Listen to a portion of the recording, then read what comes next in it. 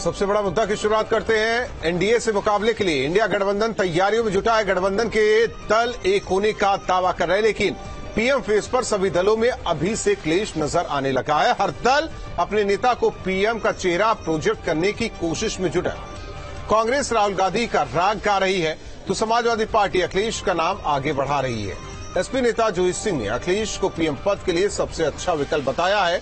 इससे पहले ममता बनर्जी, नीतीश कुमार और केजरीवाल का नाम भी इस लिस्ट में शामिल हो चुका है। सबसे बड़ा सवाल कि जब पीएम के फेस को लेकर इतना विवाद हो रहा है तो फिर कैसे इंडिया गठबंधन बीजेपी का मुकाबला कर पाएगा। आज मुद्दा में इसी पर चर्चा करेंगे, लेकिन उससे पहले न्यूज स्टेट के बड़े सवाल। इंडिया में पीएम पद का उम्मीदवार कौन होगा? किसी एक नाम पर सहमति बन पाएगी?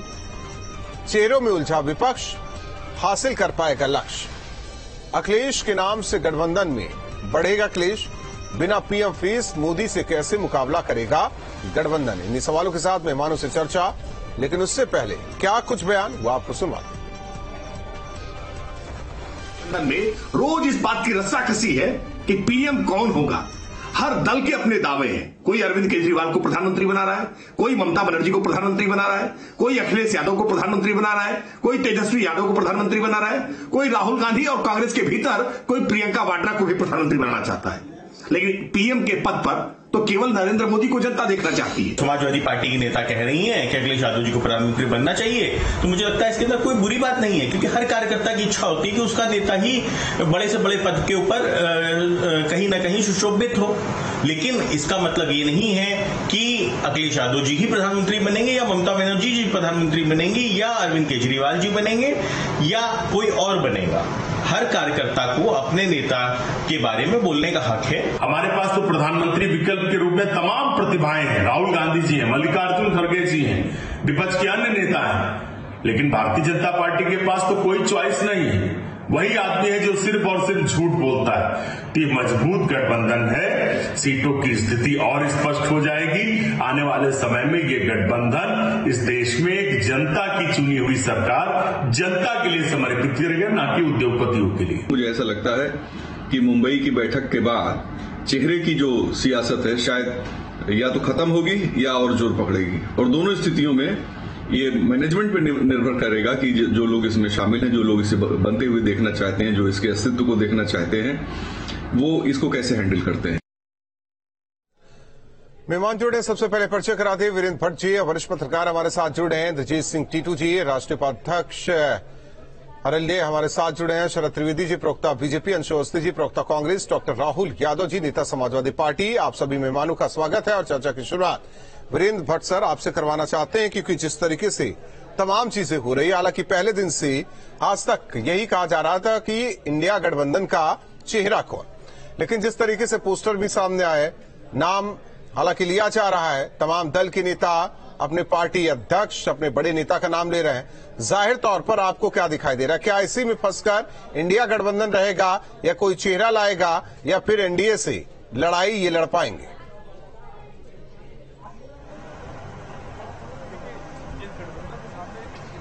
बड़ी चुनौतियां जो हैं, पहला है कि इस गठबंधन का नेता कौन होगा, दूसरा है एजेंडा क्या होगा, और तीसरा है कि सीट शेयरिंग। और जहां तक जो आज हमने देखा है उठापटक नेताओं की, यही हमने जून में पटना की मीटिंग में देखा था, यही हमने बेंगलोर की मीटिंग में देखा था, और यही आज दिखाई पड़ रहा है मुंबई में भी। तो और परसेप्शन के लिहाज से ये जो मुंबई की मीटिंग है, ये इस गठबंधन की विश्वसनीयता, लोकप्रियता में कोई इजाफा अब तक तो करने में सफल दिखाई नहीं पड़ती है।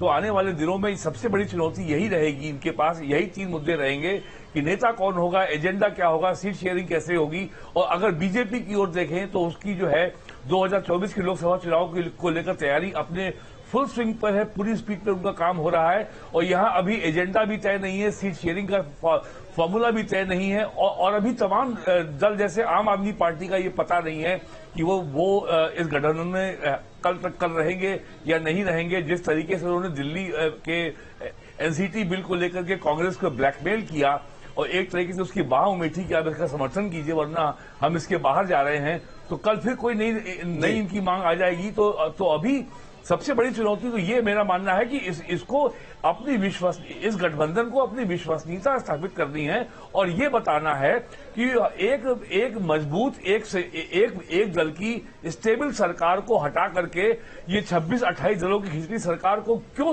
ये देश पसंद करेगा।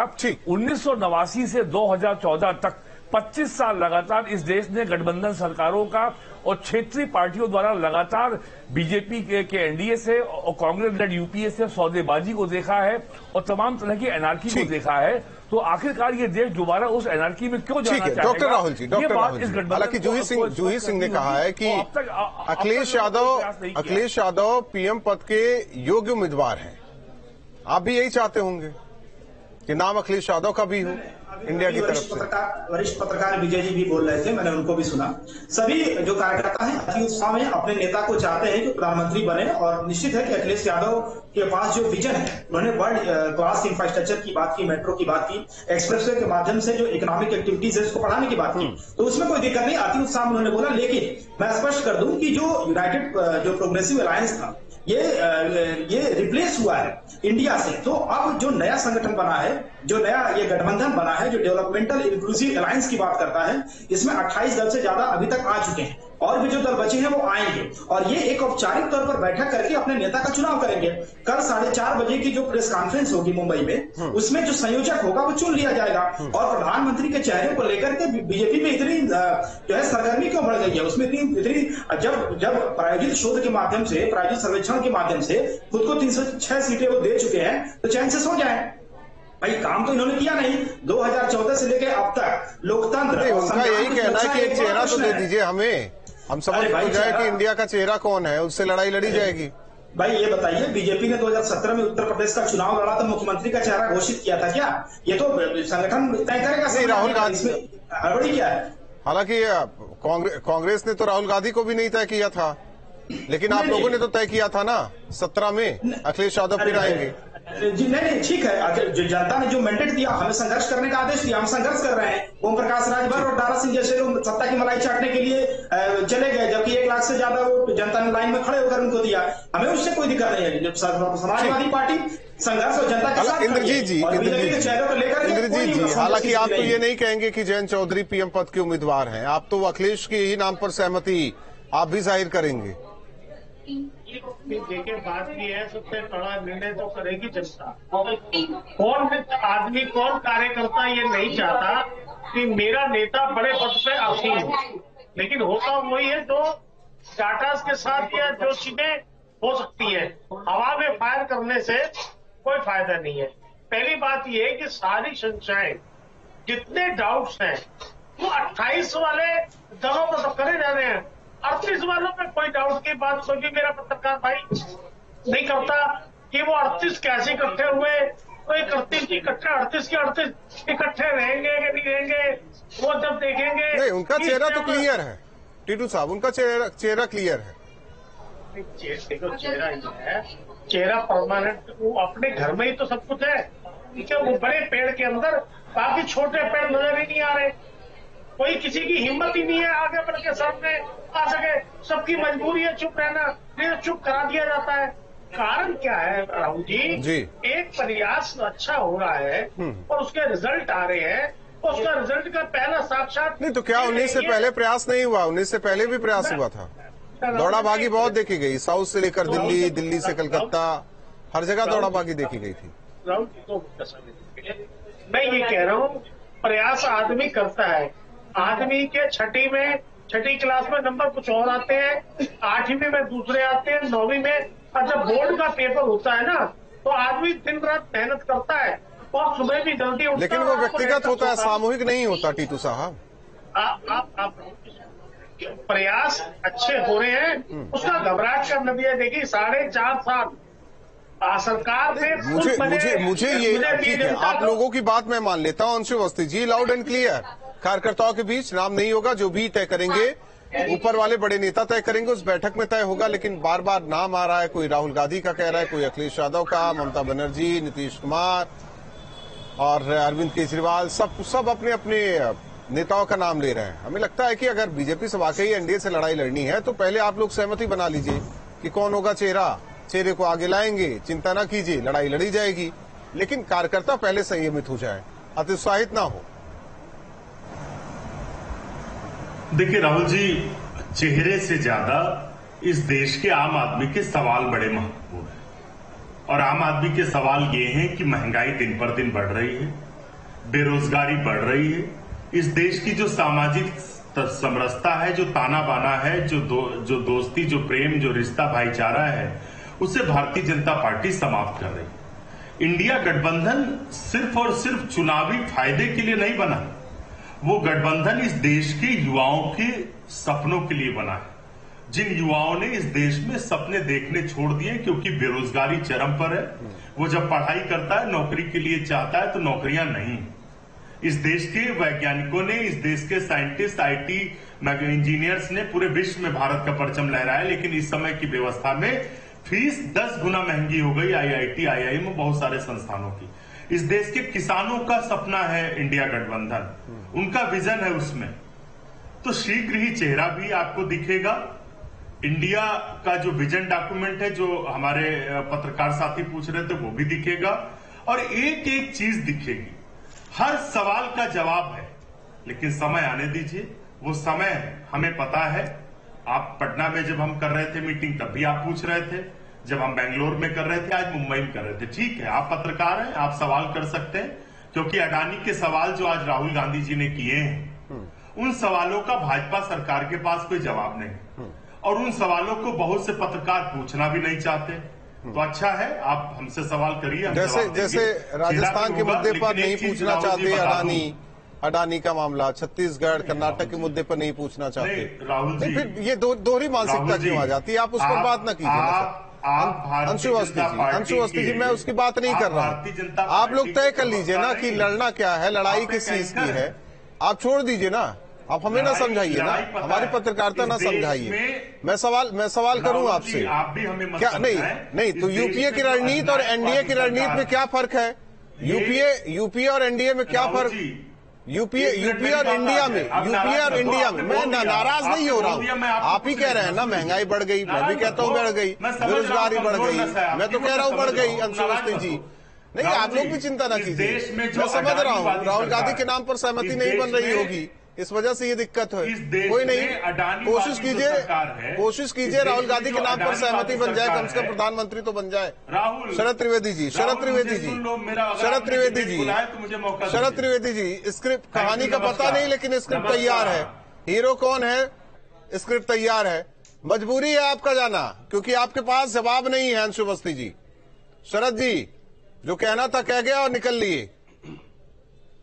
मुझे दो बातें याद आ रही हैं। पहला तो ये कि जब रात ऐसी मतवाली है तो सुबह का आलम क्या होगा, और दूसरा ये है कि हमको अपनी खबर नहीं, यारों तो जमाने की बात करते हो, तो इनको ये नहीं पता है कि पार्टी का नाम क्या है। अभी नाम के ऊपर जो है, अभी कई दावेदार हैं। राहुल जी कह रहे हैं कि मैंने नाम दिया, केजरीवाल जी कह रहे हैं मैंने नाम दिया है, ममता दीदी कह रहे हैं उन्होंने नाम दिया, और नीतीश कुमार जी तो नाम से ही खुश नहीं है।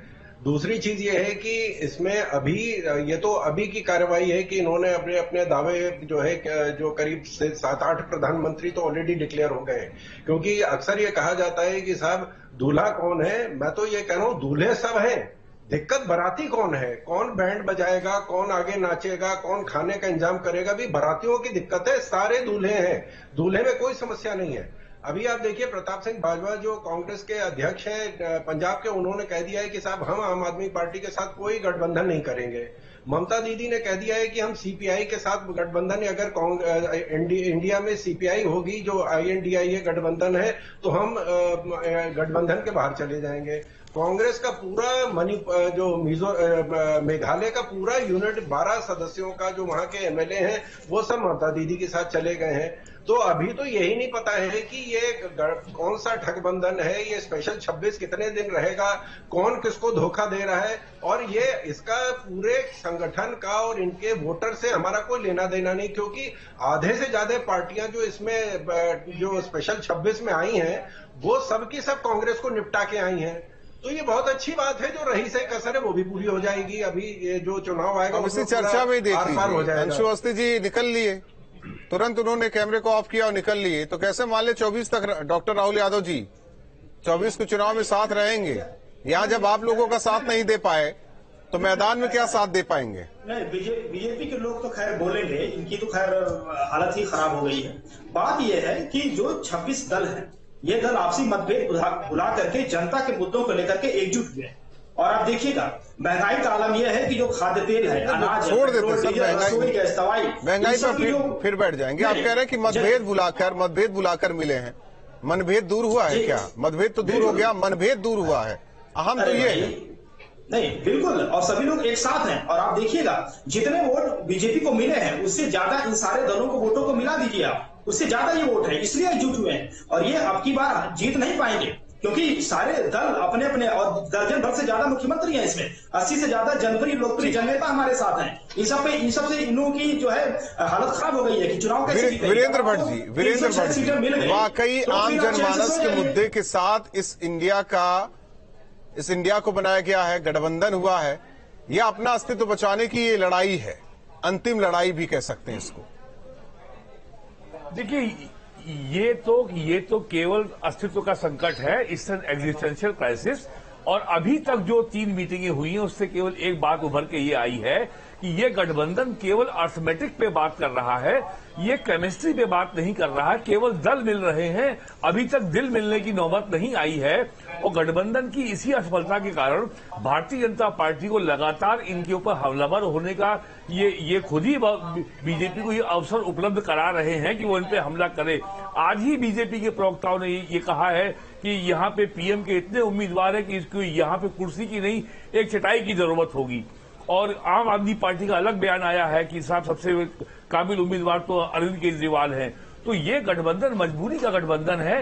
ये परसेप्शन इनको नहीं बनने देना चाहिए था, लेकिन ये परसेप्शन लगातार बन रहा है और इसमें किसी ने कुछ नहीं किया है, इसमें बीजेपी ने भी कुछ नहीं किया है।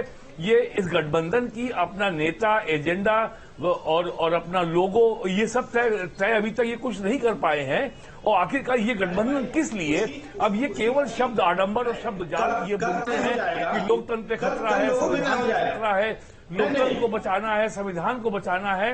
ये बड़े ब्लोटेड वर्ड्स हैं। मुझे तो लग रहा है जिसकी जितनी हिस्सेदारी, हो सकता है कि 24 का चुनाव पूरा लड़े, 24 का चुनाव ये इंडिया लड़े, लेकिन उसमें भी तय होगा एक फार्मूला की जिसकी जितनी भागीदारी उसकी उतनी हिस्सेदारी। परसेप्शन वॉर में ये गठबंधन वही तय करेगा। इंद्रजीत जी कुछ कहना चाह रहे हैं। बहुत पीछे है परसेप्शन वॉर में।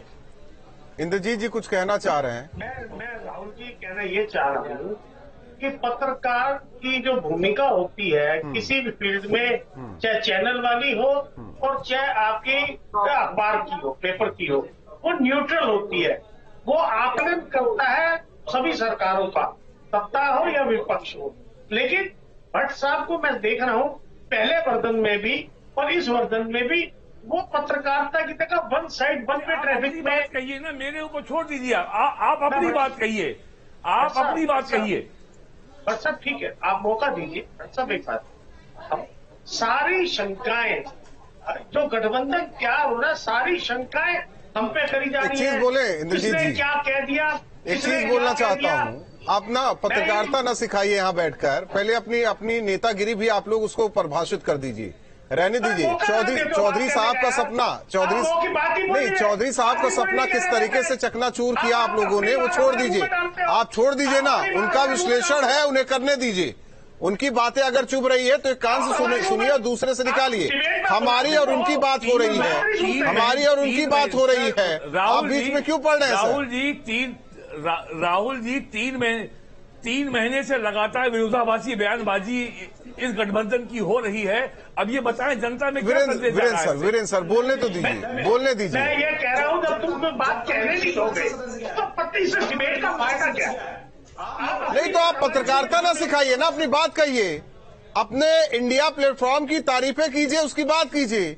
आप पत्रकारिता भी सिखा रहे हैं हम लोग को, बीजेपी को अनर्गल बातें कह रहे हैं, अपनी बातें नहीं कह पा रहे हैं आप टीटू जी। मैंने कोई ऐसी बात राहुल जी नहीं ना कीजिए तो बेहतर होगा सर, टीटू साहब आप ना कहिए तो बेहतर होगा। मैंने कोई ऐसी शान के खिलाफ बात नहीं कही, लेकिन आज जो बात कह रहे हैं उसका जवाब तो सुनेंगे मेरे से, नहीं सुनेंगे। आपने सारी शंकाएं पैदा कर दी विपक्ष पे। आपने एक दफा भी भाई अच्छी बात नहीं बताई विपक्ष की, तो आप क्या कहूंगा मैं उसको? सारी शंकाएं पैदा करी, सारी चीजें बताई, ये कुछ नहीं होगा। इसमें कई सारे, अरे ये प्रतिस्पर्धा है, प्रतिस्पर्धा ही तो आदमी को जिताती है। जब प्रतिस्पर्धा नहीं होगी, कंपटीशन नहीं होगा, एक चीज ये क्लियर कर दीजिए, अच्छा जरूरत क्या पड़ी टीटू साहब कि यूपीए को इंडिया में तब्दील करने की, क्यों?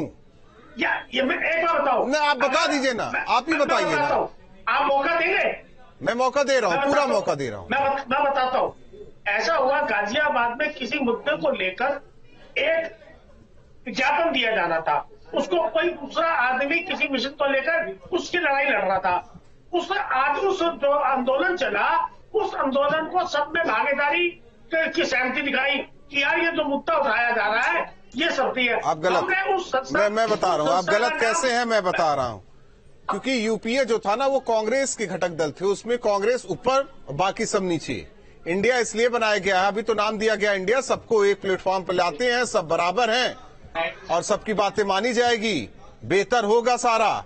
वो तो आगे देखा जाएगा क्या बेहतर होगा, कि आप लोगों का बेहतर होगा, कि देश का बेहतर होगा, किस गठबंधन का बेहतर होगा, किसका होगा पता नहीं। अंशु अवस्थी जी आवाज आ रही है, सुन पा रहे हैं आप? राहुल जी इसका मतलब प्रयास करना ही नहीं चाहिए। नहीं करिए सर, खूब कीजिए, मैं तो कहता हूं खूब कीजिए, दबा के कीजिए, लेकिन जनता में एक संदेश आए ना, सत्ता पक्ष आप पर हावी ना हो।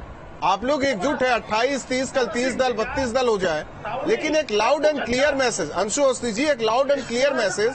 और यही वजह है कि एक चेहरे की वाकई तलाश है। थोड़ा सा इंतजार की जरूरत है राहुल जी। नहीं देखिए राहुल जी, कोई किसी चेहरे की तलाश है ही नहीं। तलाश तो उन लोगों के लिए धर्म संकट है जिनके पास चेहरे नहीं है। मुझे आप बताइए, भारतीय जनता पार्टी में क्या किसी की हिम्मत है? कोई कह सकता, शिवराज सिंह चौहान कह सकते हैं कि मैं चेहरा बन सकता हूं? योगी आदित्यनाथ जी ने थोड़ा कह दिया था मैं चेहरा बन सकता हूं। तो आपको याद है प्रधानमंत्री जी ने कितना दूर दौड़ाया था पूर्वांचल एक्सप्रेस पे उनको सड़क गाड़ी के पीछे पीछे, याद है आपको? तो हमारे पास चेहरों की कमी नहीं, और ये अच्छी बात है कि जहां पे बहुत सारे चेहरे हैं। 14 मुख्यमंत्री हैं इस गठबंधन में जिनके पास एक अच्छा खासा अनुभव है। हमारे राष्ट्रीय अध्यक्ष मल्लिकार्जुन खड़गे जी, उनको एक अच्छा अनुभव है। राहुल गांधी जी को एक अच्छा अनुभव है राजनीति का। लेकिन प्रधानमंत्री जी का अनुभव अगर होता तो 45 साल में देश में सबसे ज्यादा बेरोजगारी नहीं होती, इस देश की अर्थव्यवस्था नीचे नहीं जाती, आम आदमी की आय नहीं घटती। तो इनके पास विजन क्या है?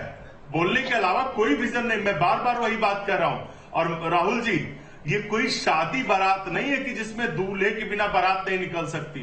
ये राजनीतिक गठबंधन है।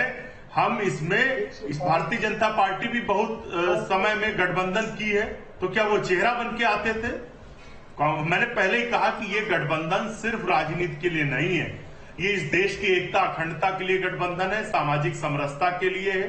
हमारा उद्देश्य यही है और सभी का है। इसीलिए आपको याद होगा कि बेंगलोर की जब बैठक हुई तो जितने 28 राजनीतिक दल थे सभी ने एक स्वर में बोला कि मात्र 4 लोग बोलते, उसमें सभी की आवाज समाहित है। तो ये एक भावुक गठबंधन है और हमें पूरा भरोसा है कि इस गठबंधन को मजबूती मिलेगी। 2024 में जनता इसे जिताकर सत्ता में भेजेगी। शरद त्रिवेदी जी, अंशु अवस्थी जी की बातें आपने सुनी, इत्मीनान से सारी बातें सुनी ना आपने? अभी भी कोई संशय और शक है कि प्रतिद्वंदी तो अपने आप को बता रहा है कि आपसे तेज, आपसे बेहतर हैं, पटकनी देंगे 24 में?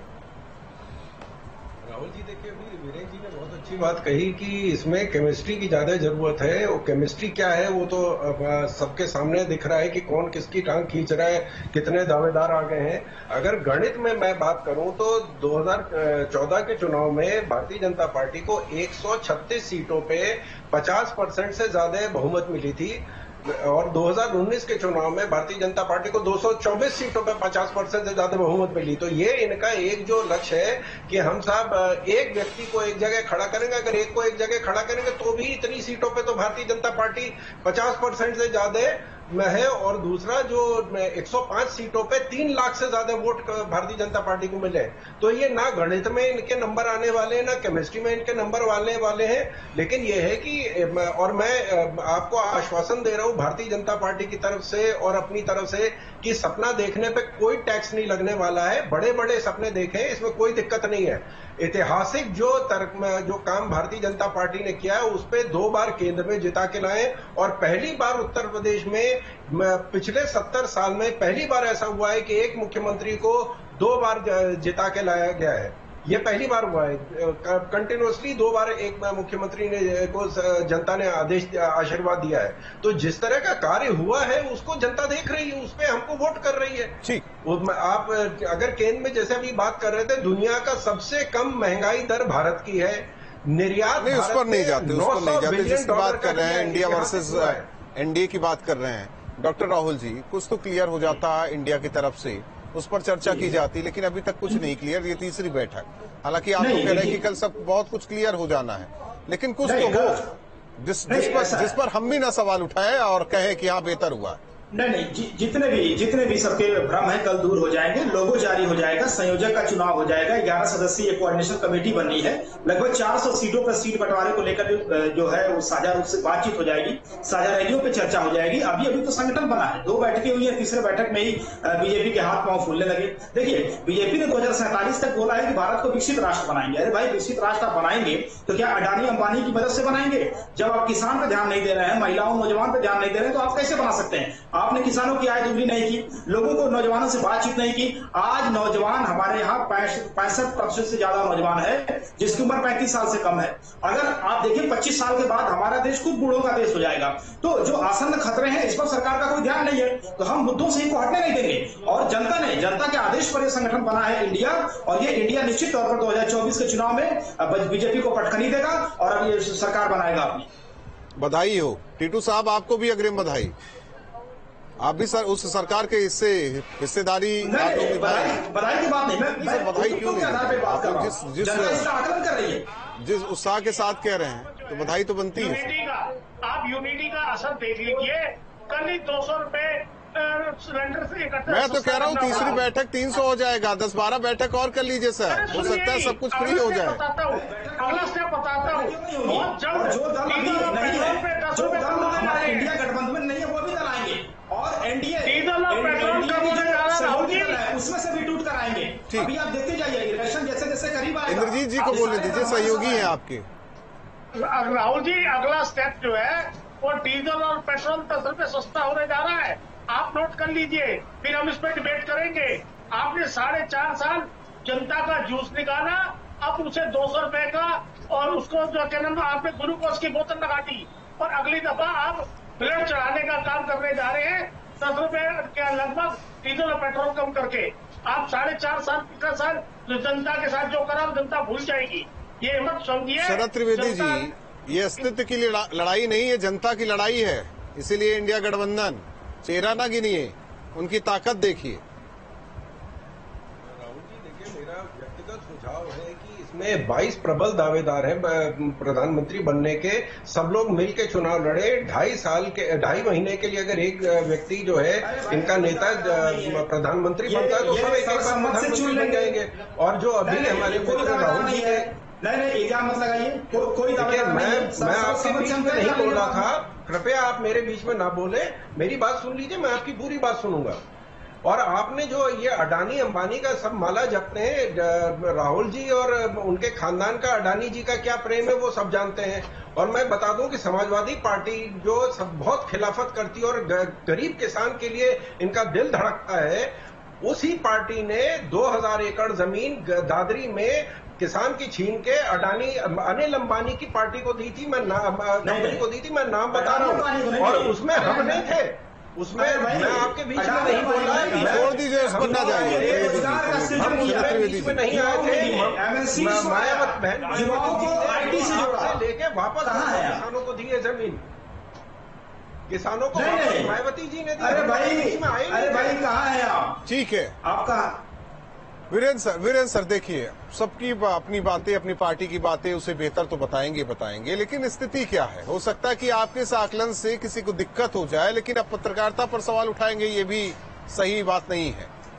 पहले अपनी राजनीतिक सूझबूझ क्या है उस पर चर्चा है। मेरा स्पष्ट मत है कि केंद्र में बीजेपी सरकार बने 10 वर्ष हो गया है और 10 वर्ष में विपक्ष केंद्र में बीजेपी सरकार के विरुद्ध एक भी विमर्श, एक भी नैरेटिव खड़ा करने में सफल नहीं हो सका है।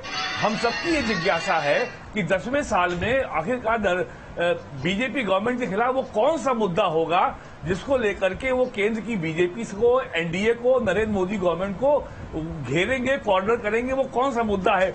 10 साल में तो कोई मुद्दा वो देश में खड़ा नहीं कर पाए, तो अब क्या होने वाला है, ये हमारी जिज्ञासा है। ये अंशु अवस्थी जी बताएंगे। अंशु अवस्थी जी बताएंगे, क्योंकि उसमें सबसे बड़ी पार्टी तो कांग्रेस है। देखिए, जो जिज्ञासा की बात कर रहे हैं कि नैरेटिव नहीं खड़ा कर पाए, आप देखिए कि चुनाव के समय भारतीय जनता पार्टी कौन सा हथकंडा अपनाती है। हमने मुद्दों को खड़ा किया, लेकिन भारतीय जनता पार्टी किन मुद्दों पर जाती है? सिर्फ 2 शब्द, हिंदू और मुसलमान। ध्रुवीकरण के अलावा भारतीय जनता पार्टी के पास कोई भी एक दूसरा एजेंडा नहीं जिस पर वो चुनाव जीत रहे हो। और अगर मुद्दे न खड़ा होते तो हिमाचल प्रदेश हम चुनाव नहीं जीतते, कर्नाटक नहीं जीतते। हमने जीता, जनता ने जिताया, क्योंकि भारतीय जनता पार्टी वहां पर हिंदू और मुसलमान का एजेंडा सेट नहीं कर पाई। वहां पर हम मुद्दों पर थे, हम जनता के मुद्दों की बात कर रहे थे और भारतीय जनता पार्टी उन मुद्दों पर जवाब नहीं दे पाई। अब फिर से जो इंडिया गठबंधन है वो जनता के मुद्दों पर सवाल कर रहा है और आप देखिएगा आने के 1 महीने के अंदर जो हमारा विजन डॉक्यूमेंट है वो सामने आएगा कि इंडिया गठबंधन इस देश को क्या दे सकता है और मोदी ने क्या दिया इस देश को, किस तरीके से बर्बाद करके छोड़ा। शरद त्रिवेदी जी, सतही बातें नहीं की जा रही है। हालांकि हम अलग अलग पार्टी के प्रवक्ता और नेता तो कह सकते हैं, लेकिन ये तो इंडिया गठबंधन के प्रवक्ता और नेता हैं, सतही बातें तो कर नहीं रहे।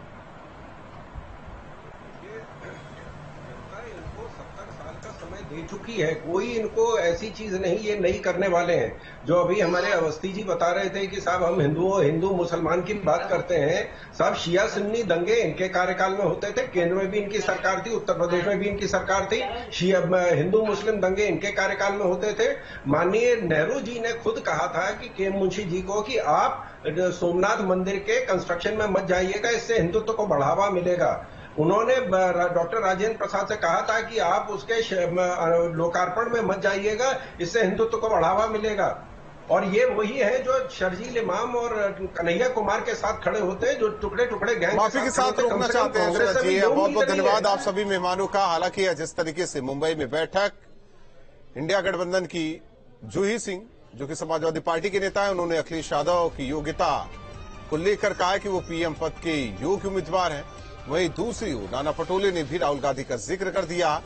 हालांकि देखना होगा कि क्या कुछ फैसले लिए जाते हैं। बीजेपी लगातार कह रहे कि कम से कम चेहरा तो ला दे आगे, देखे कौन है इस गठबंधन का पीएम पद का उम्मीदवार। लेकिन दूसरी ओर इंडिया गठबंधन के तमाम नेता कह रहे हैं कि घबराए नहीं, 24 में पटकनी बीजेपी को, एनडीए को ये गठबंधन देगा। हालांकि ये तो 24 के नतीजे ही तय करेंगे कि आखिर होगा क्या, लेकिन उससे पहले ये लड़ाई आने वाले दिनों में और दिलचस्प होने जा रही है। इसी के साथ सबसे बड़ा मुद्दा में बस इतना है।